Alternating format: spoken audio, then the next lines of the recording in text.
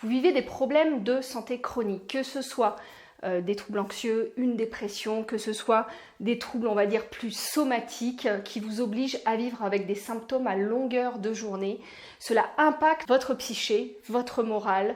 vos émotions et vous sentez que vous avez besoin d'une aide psychologique, d'un soutien moral finalement pour vous aider à faire face. Vous avez peut-être déjà été voir un thérapeute et finalement, même si cela vous a soulagé de parler de vos problèmes, cela n'a rien changé à ce que vous vivez au quotidien face à vos difficultés. Alors aujourd'hui, dans cette dernière partie de cette série sur l'aide morale et le soutien psychologique, je vous explique justement quel type de thérapie est le plus adapté pour vous aider vraiment à faire face aux moments difficiles que vous vivez, que ce soit des moments difficiles liés aux symptômes et de fait de vivre avec des symptômes quand on vit avec une maladie chronique, ou que ce soit des troubles anxieux, une phobie, une dépression, des troubles paniques. Je vous explique quel type de thérapies sont vraiment le plus adaptés pour vous et pourquoi si vous avez déjà suivi une thérapie, celle-ci n'a pas forcément été efficace.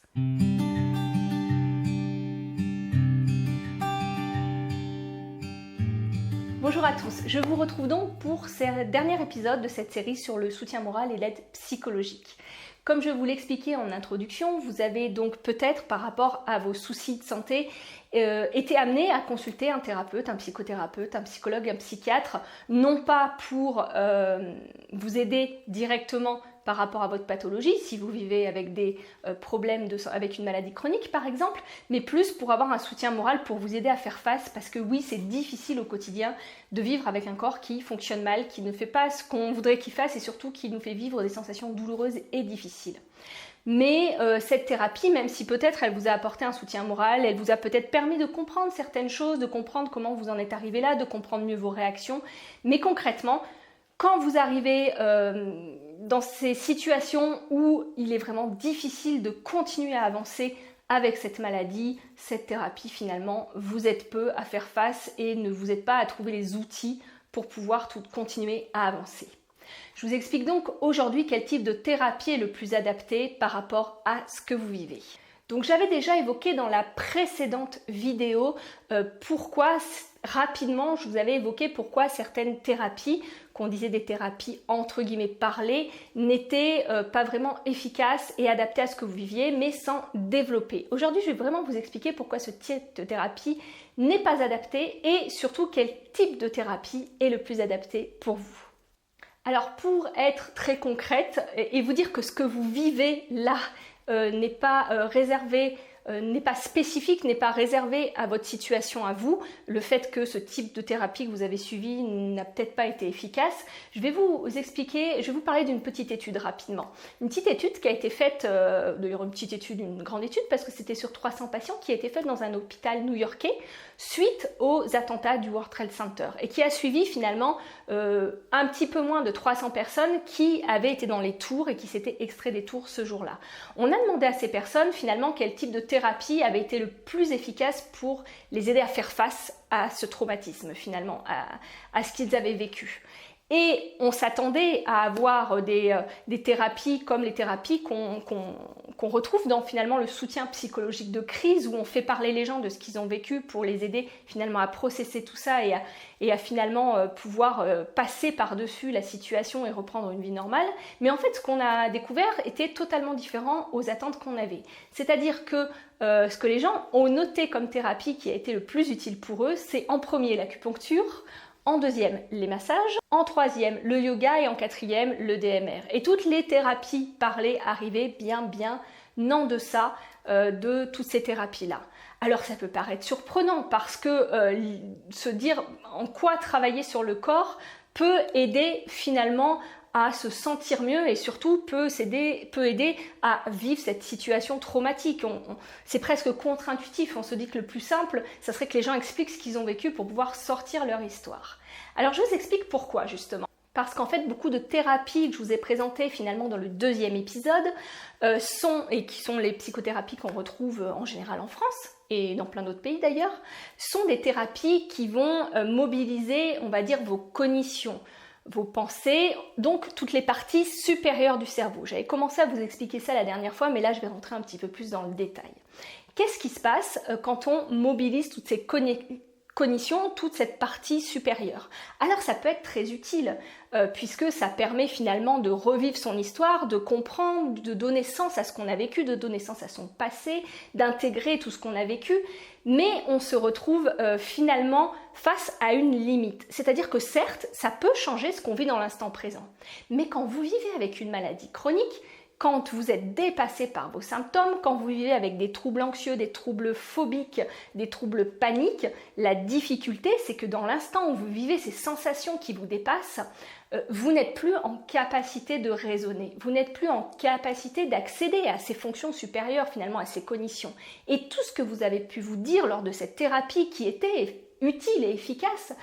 finalement, vous n'arriverez plus à y accéder dans ces moments-là, puisque vous avez beau rationaliser, et je suis sûre que vous l'avez vécu, et vous dire ça va passer, ce n'est pas, je dis n'importe quoi, par exemple pour une phobie, ce n'est pas réel, je n'ai pas de raison d'avoir peur, ou pour des douleurs qui seraient très fortes, on peut rationaliser en se disant je sais que ça va passer, j'ai déjà vécu ça, mais en attendant, dans le moment où vous le vivez, il y a des émotions énormes qui vous submergent et vous vous sentez complètement dépassé. Parce que, comme j'ai pu l'expliquer, et je vous mettrai le lien de description de cette vidéo au-dessus, sur la vidéo sur la volonté, les troubles anxieux, mais ça peut... Allez la voir même si vous vivez une maladie chronique parce que ça vous explique le processus à l'œuvre. En fait, qu'est-ce qui se passe? C'est qu'au moment où vous allez vivre quelque chose qui va vous dépasser, votre cerveau va se mettre en mode défense, comme je l'ai expliqué souvent dans plein de vidéos, en mode survie. Et qu'est-ce qui se passe quand il se met en mode défense, en mode survie? Pour vous protéger, finalement, il se met en quelque sorte en pilote automatique. Et ce pilote automatique, qu'est-ce qu'il va faire? Il va déconnecter les parties les plus récentes du cerveau, donc toutes les fonctions supérieures, toutes les cognitions, pour passer ce pilote automatique qui est composé, on va dire, du vieux cerveau qu'on appelle le cerveau reptilien et du cerveau limbique. Alors, je vous renvoie dans les liens de description, je vous mettrai tous les articles qui parlent de ça parce que je ne vais pas repartir dans le détail de ces trois cerveaux. Et idem, je vous mettrai les vidéos où j'ai déjà parlé de ça. Mais là, je ne vais pas rentrer dans le détail, mais l'idée, c'est vraiment de vous faire comprendre que tout ce que vous avez pu faire en thérapie, on va dire parler, n'est plus accessible dans ces moments-là. Et que pour vous, pour que votre thérapie soit efficace, il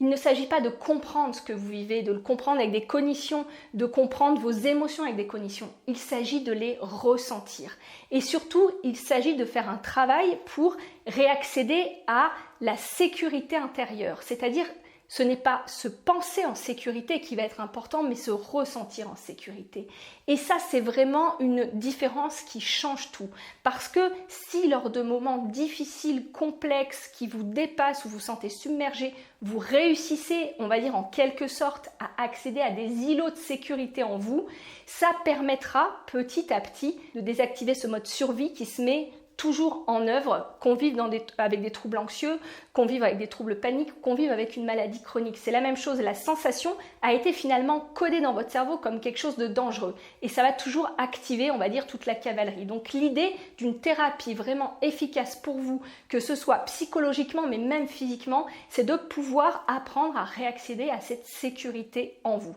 Et une thérapie parlée ne vous aidera pas à faire ça. Alors, petite nuance, il y a des thérapies, et j'en parlerai à la fin de la vidéo, des thérapies qui vont lier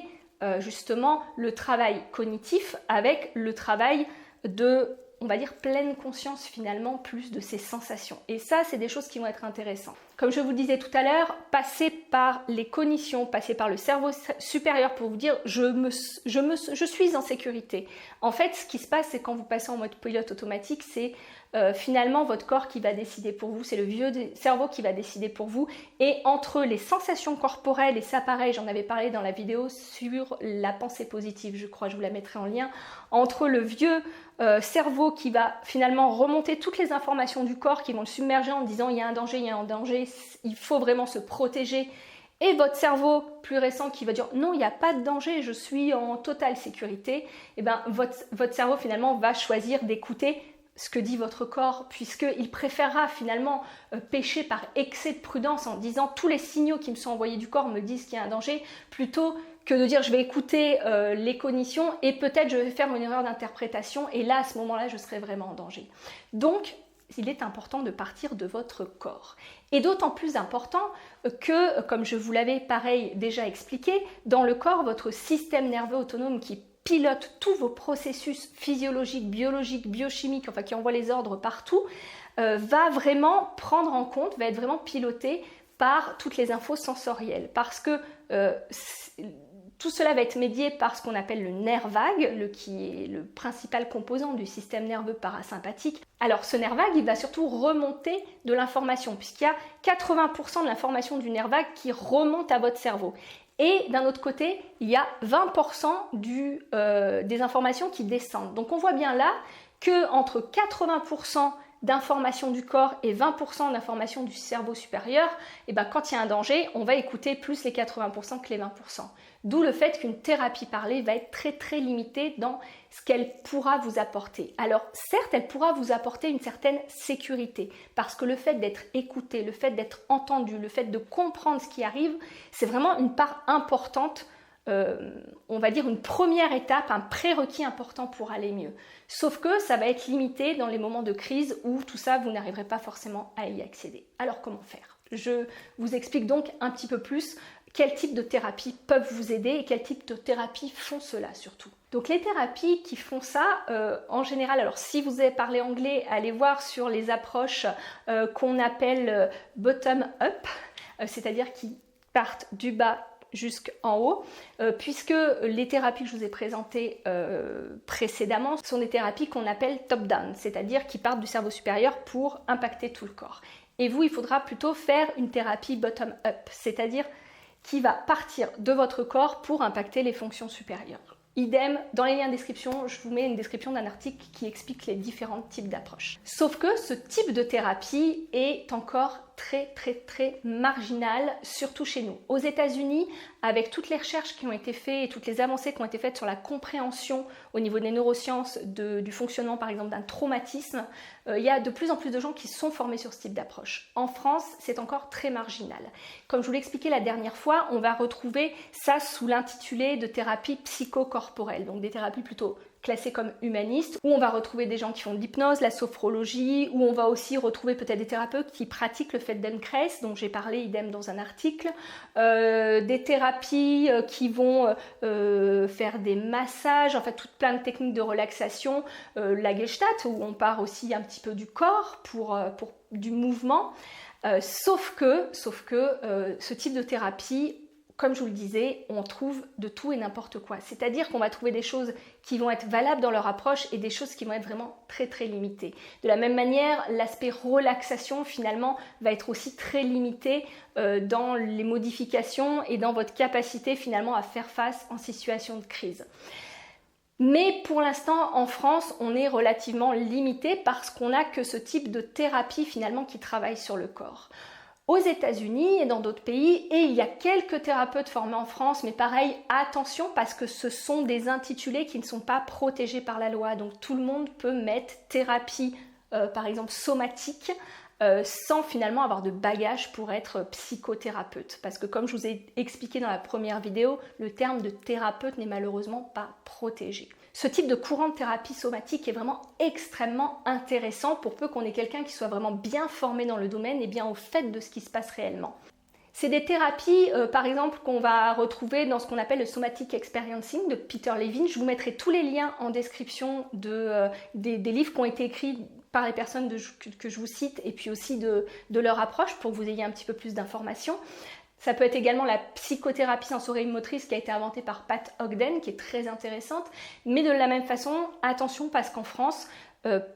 les gens peuvent se former très facilement sur ces thérapies, peuvent s'intituler thérapeute sans avoir d'autres bagages. Donc il faut vraiment faire attention sur qui vous tombez par rapport à ces approches. Mais pour autant, ça ne vous empêche pas d'aller vous renseigner sur ce type d'approche pour voir si finalement la personne que vous allez voir qui dit pratiquer une thérapie somatique, une thérapie psychocorporelle est vraiment au fait de tous ces différents processus. On est obligé encore d'en passer par là parce que sinon vous pouvez tomber sur des pratiques un petit peu surprenantes, on va dire les choses comme ça. Deuxième type de pratiques qui peuvent être intéressantes et qui peuvent être adaptées à ce que vous vivez, je vous avais déjà parlé des thérapies cognitivo-comportementales. Et je vous avais dit qu'il y avait plusieurs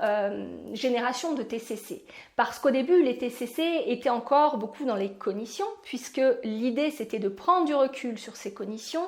de voir les croyances que l'on avait, d'identifier les émotions qu'on ressentait, les comportements automatiques qu'on avait tendance à avoir, et d'essayer de changer finalement tout ça pour avoir un comportement différent. Soit on changeait le comportement, enfin bon, je ne vais pas rentrer dans le détail de ce qu'est une TCC, mais la limite qu'on rencontrait, et qu'on rencontre toujours pour ceux qui pratiquent les TCC de cette manière, c'est qu'on était dans un travail, essentiellement un travail cognitif. Donc ces TCC, par exemple, pour les gens qui vivent des phobies, ont pu être utiles et ont pu aider des gens qui avaient des troubles phobiques à les dépasser. Mais on reste quand même très limité quand on est dans le moment où on a la difficulté, puisque si le thérapeute n'est pas à même de nous apprendre finalement à être pleinement conscient dans ce qu'on vit, on va toujours activer les mécanismes de défense et on va toujours être dans ce cercle vicieux où on ne pourra jamais se raisonner et on ne pourra jamais avancer et où on reproduira les mêmes comportements. Et c'est là où la troisième génération de TCC est particulièrement intéressante, puisque en fonction des approches, parce que pareil, vous allez trouver plein d'approches différentes, et si ça vous intéresse, dites-le moi, je vous ferai une vidéo spéciale sur les différents types de TCC et sur les différentes approches. Dans tout ce qui est TCC, maintenant, il y a beaucoup de thérapeutes qui intègrent une partie pleine conscience, qui intègrent une partie méditative, de méditation de pleine conscience justement, où l'idée ne va pas être comme avec la sophrologie de finalement faire des respirations pour se calmer au moment où la panique arrive, mais l'idée va être d'apprendre à être en sécurité avec ce qu'on ressent, peu importe ce qu'on ressent. Alors pourquoi c'est important de se sentir en sécurité avec ce qu'on ressent? Parce que si vous vivez une sensation difficile, mais que vous arrivez à rester présent, à sentir, on va dire, ce que j'appelle un îlot de sécurité en vous,